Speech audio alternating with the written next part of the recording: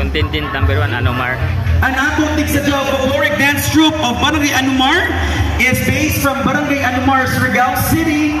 For the category as well, our judge for this station, we have the artistic director, choreographer, and events organizer, national resource person in dance, consultant and dance research annotator, has represented the country in the 2024 International Folklore Festival in Thailand and Cambodia.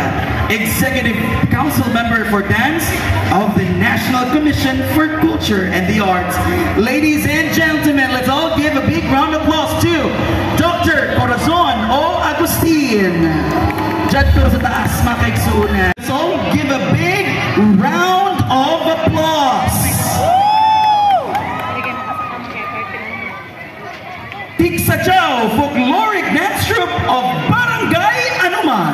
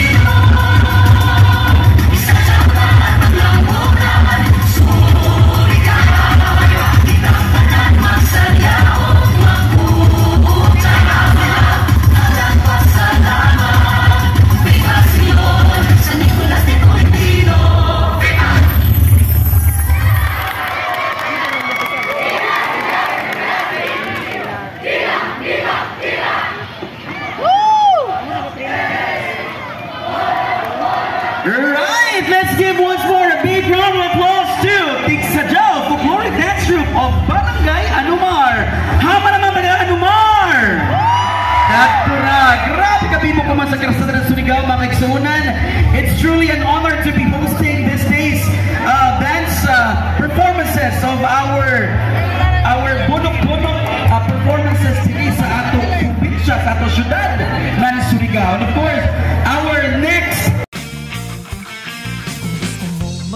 sumayaw, kumanta, hanapin si Kabutoy, saya kanyang dala. Kung gusto mong manood, good vibes lang ang dala. Hanapin si Kabutoy, sure ball na ang saya. Channel ni Kabutoy masaya, masigla, mga tao dito gwapo at magaganda. Channel ni Kabutoy, tara na, mag-subscribe, like, at tuloy na ang saya.